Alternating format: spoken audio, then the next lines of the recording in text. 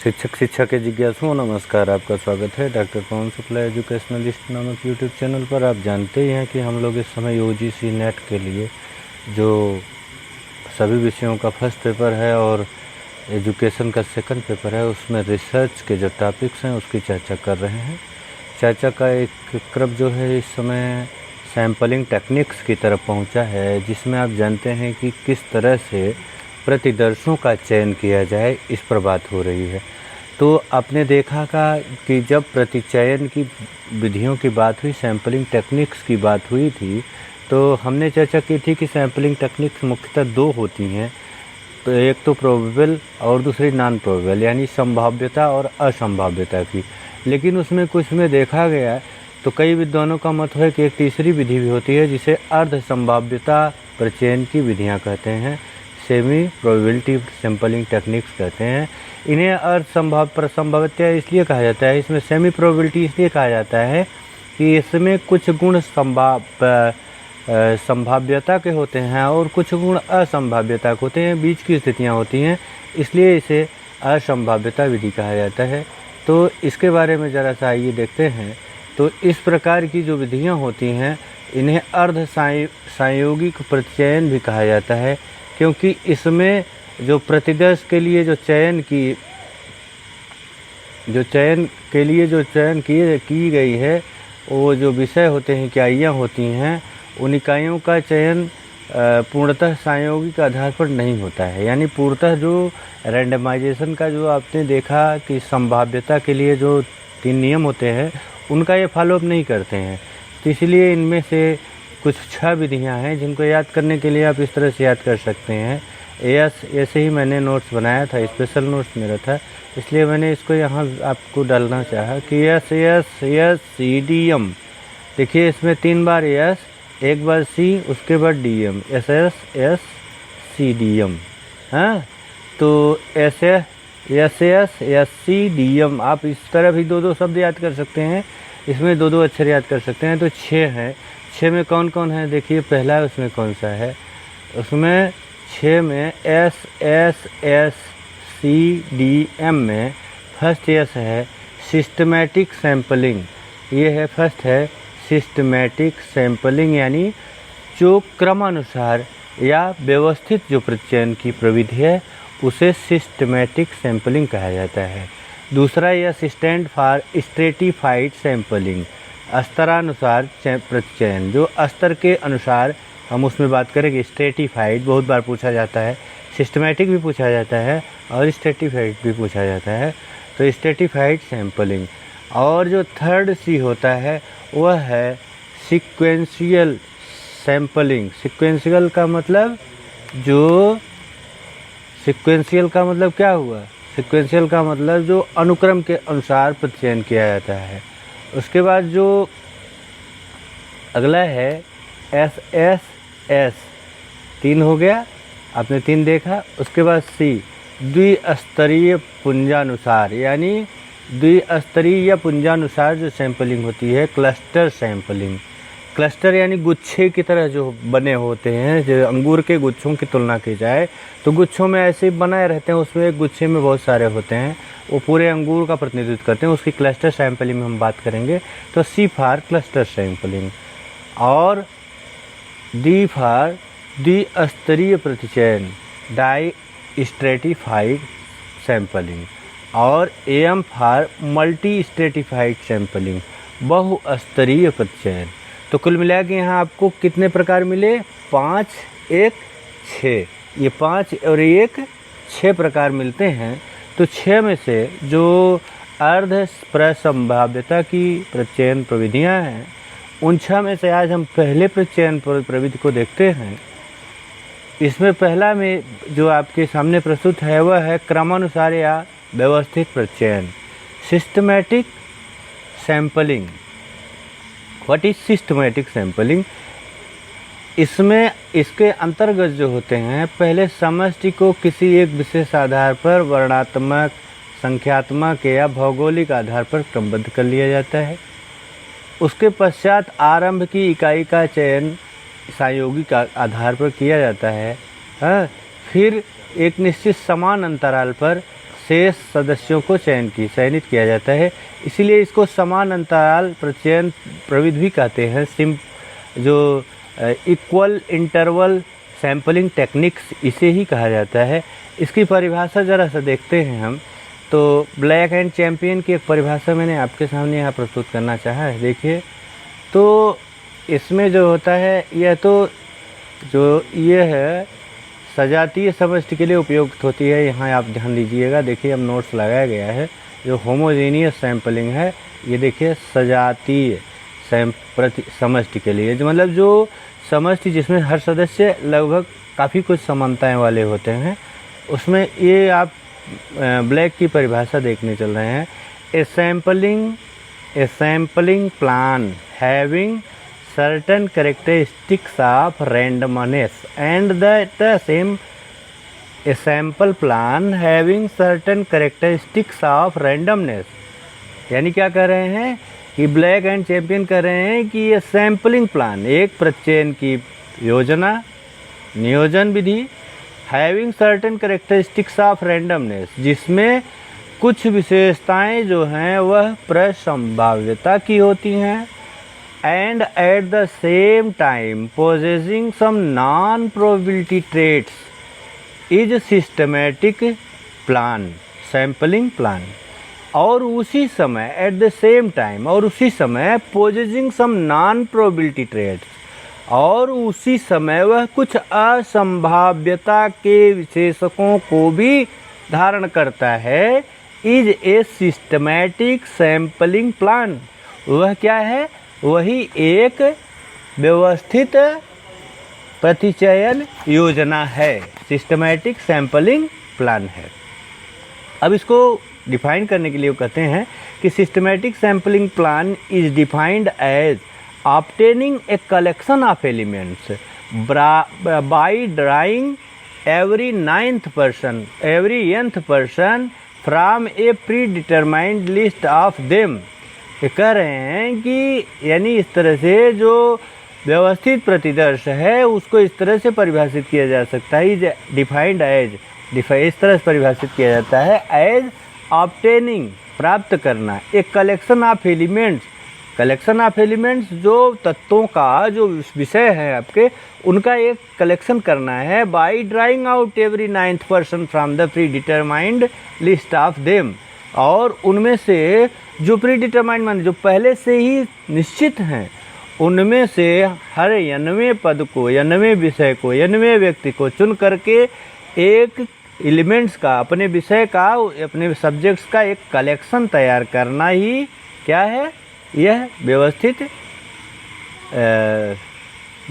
व्यवस्थित प्रचयन प्रविधि है। इसकी परिभाषा दिया था ब्लैक एंड चैम्पियन ने मेथड्स एंड उस पुस्तक का क्या नाम था कि methods and sampling in social research, ये पुस्तक का नाम था उनका, जिसमें उन्होंने कहा था, उनकी पुस्तक का नाम था। तो इस परिभाषा को ब्लैक एंड चैम्पियन ने दिया था methods and issues in social research में 1977 में। उन्होंने पेज नंबर 279 पर या 99 पर परिभाषा 299 पर दिया है। तो ब्लैक एंड चैम्पियन की ये परिभाषा काफ़ी हद तक आपको समझ में आ जाएगी। इसको ज़रा सा हिंदी में देख लीजिए क्या कहते हैं कि ब्लैक तथा चैम्पियन ने क्रमबद्ध प्रतिदर्शन को परिभाषित करते हुए कहा था, क्या कहा था?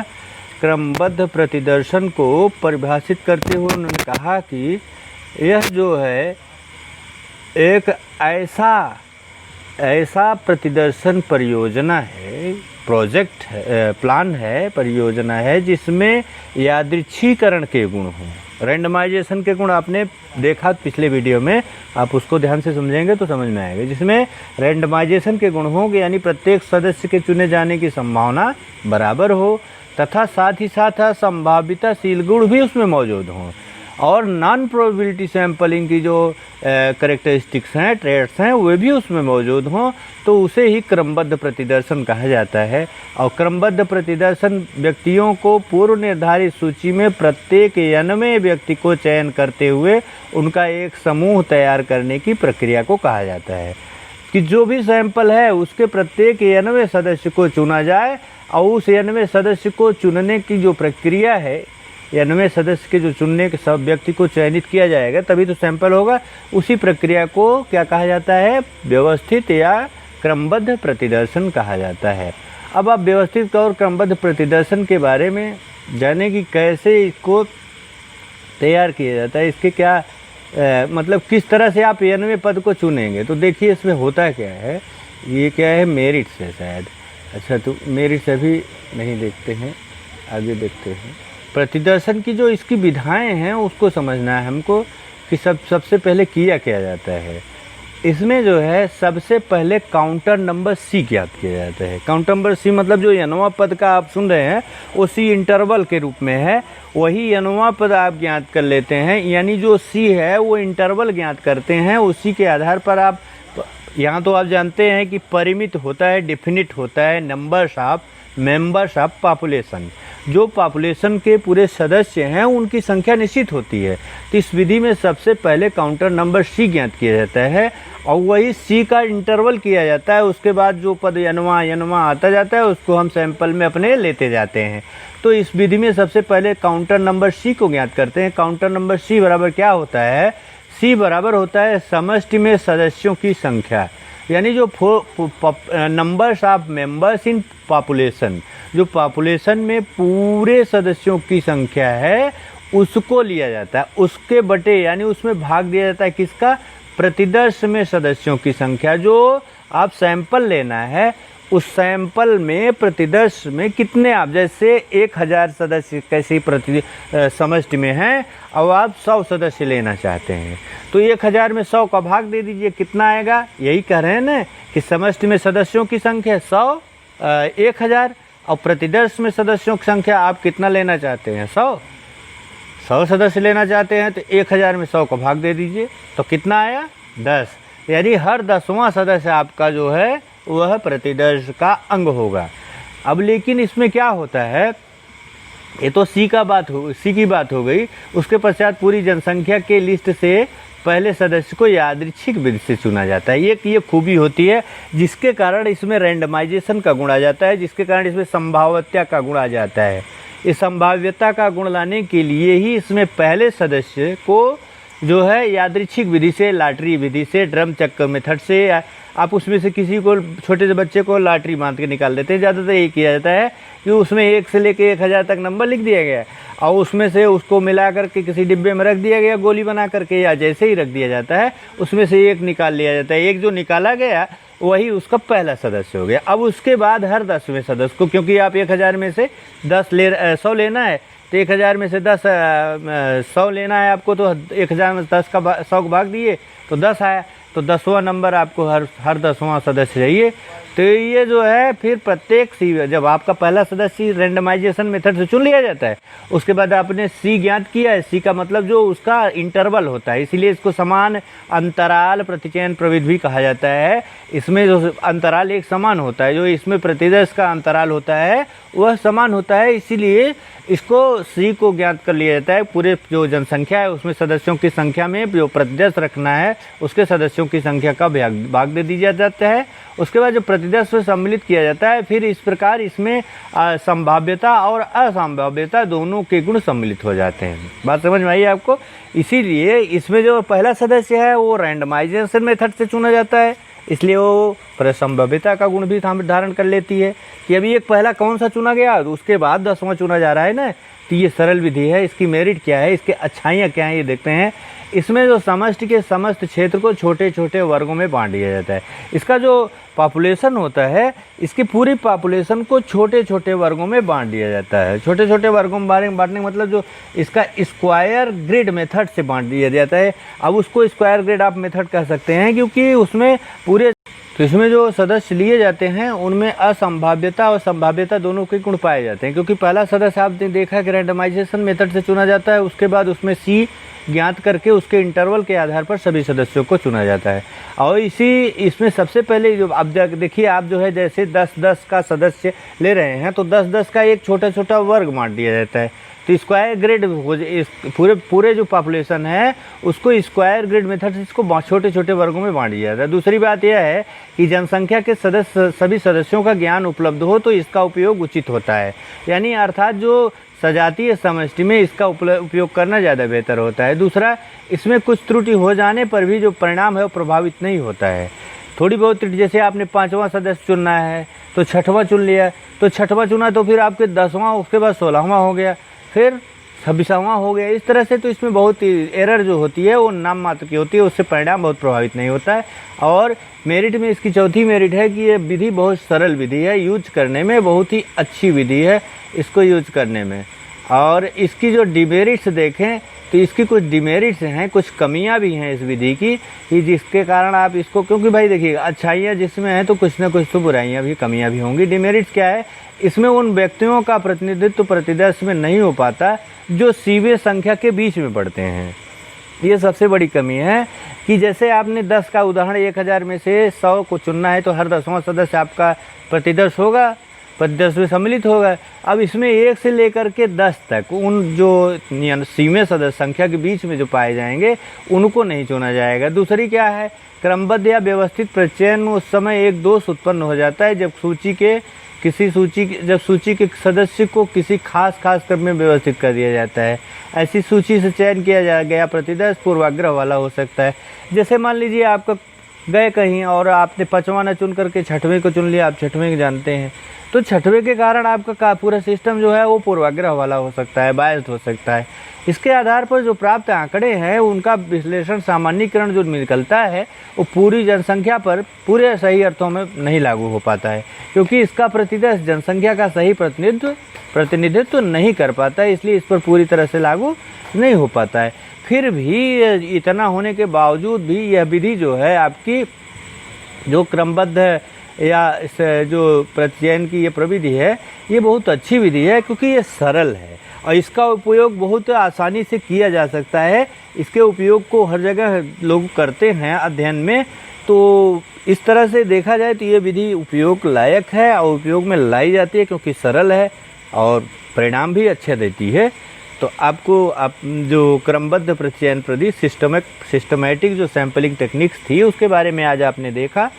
आप इसको ध्यान से पढ़िए, जो बातें ना समझ में आइए आपका कमेंट बॉक्स में स्वागत है। आप चैनल लाइक शेयर सब्सक्राइब भी अवश्य कर लें। धन्यवाद, नमस्कार।